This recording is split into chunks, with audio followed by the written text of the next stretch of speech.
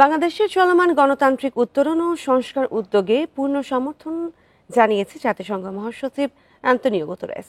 সোমবার নিউ ইয়র্কে জাতিসংঘ সদর দপ্তরে প্রধান উপদেষ্টা অধ্যাপক ইউনূসের সঙ্গে বৈঠকে এ কথা জানান তিনি। বান্ডেল থাকলে প্রতি সেনমানিতে টাকা বাঁচবে। বিকাশ সেনমানি বান্ডেল কিনে জিতুন প্রতি লেনদেনে। বৈঠকে অ্যান্তোনিও গুতেরেসকে বাংলাদেশের আগামী নির্বাচন, চলমান সংস্কার কার্যক্রম ও রোহিঙ্গা সংকট নিয়ে জানান অধ্যাপক ইউনূস। ফেব্রুয়ারির নির্বাচনে জাতিসংঘের সমর্থন প্রত্যাশা করে প্রধান উপদেষ্টা বলেন, আগামী কয়েক মাস গুরুত্বপূর্ণ হবে। নির্বাচনের জন্য জাতিসংঘের সমর্থন প্রয়োজন।